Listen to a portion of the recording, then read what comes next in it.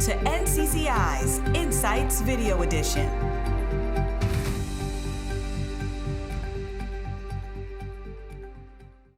Victor, thanks so much for joining us. How are you today? Good, Sheila. How are you? Good, thank you. NCCI partnered with Paradigm on this research and Dr. Michael Chu. Can you tell us a little bit about Paradigm and why Dr. Chu was a good choice for this research brief partnership? Sure thing, Sheila. Paradigm is very well known in the insurance industry for over 30 years, offering expertise and experience treating complex and catastrophic injuries and diagnoses. Dr. Michael Chu, he's the Chief Medical Officer and Senior Vice President at Paradigm, and as well as being an emergency room medicine instructor at Wright State University and a practicing emergency room physician. He offered a lot of the insight and expertise in the medical knowledge on the treatment of injured workers with burn injuries, the medical advances, and outcomes on the serious burn injuries. And Victor, can you share the importance of this information specifically to the workers' comp industry? Definitely, Sheila. So while many burn injuries, they're not serious, where a lot of them, these injured workers only incur medical costs. But some of these burn injuries can be extremely serious, as evidenced by 3 claims, each incurring over $15 million in total indemnity and medical costs. So given this variation, it's important for us to provide information to the industry on which occupations are leading to these burn injuries, the cost drivers, and the outcome of these claims.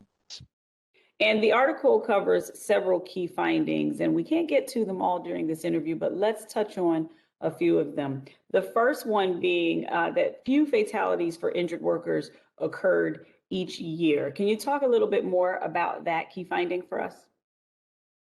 Definitely. So overall, a lower percentage of burn injuries result in fatalities compared to that fatality percentage for all workers' compensation claims. So when we analyzed the serious claims, so meaning a claim that incurs at least $500,000 in total indemnity and medical amounts, the fatality percentage went up for those serious claims, but the number of fatalities for the serious claims only ranged from about 4 to 12 in each accident year, where we analyzed the data between accident years 2011 through 2018. And the survival rate for injured workers also improved, correct? That's correct. So the improved survival rate of older workers is a positive for the workers' compensation industry, right? So prior NCCI research had shown that older workers comprise of a larger portion of the workforce. The severity of these claims for these older workers is relatively higher than that for younger workers, and the frequency of workplace incidents is increasing for older workers. So based on these factors and a consequence of the improved survival rate is a potential for us to see an upward pressure on overall claim costs. And Victor, the research brief also shares another key finding relative to the manufacturing and contracting industries. Can you share more about that? Right, that's correct.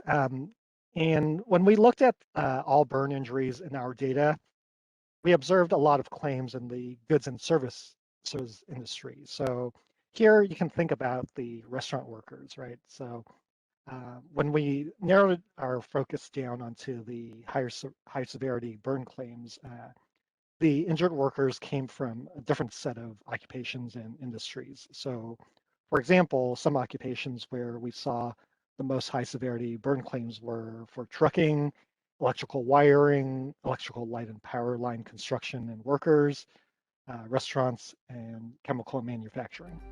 You can find the full research brief referenced in this episode in the Insights portal of ncci.com. And while you're there, be sure to check out our AIS 2021 Highlights Report, featuring presentations and key takeaways from our biggest event of the year. Make sure you follow us on Twitter for real-time updates and subscribe right here to Channel NCCI on YouTube so you never miss a video update. I'm Sheila Fordson. Be sure to join us next time when we discuss the issues at the top of the workers' comp agenda from the source you trust.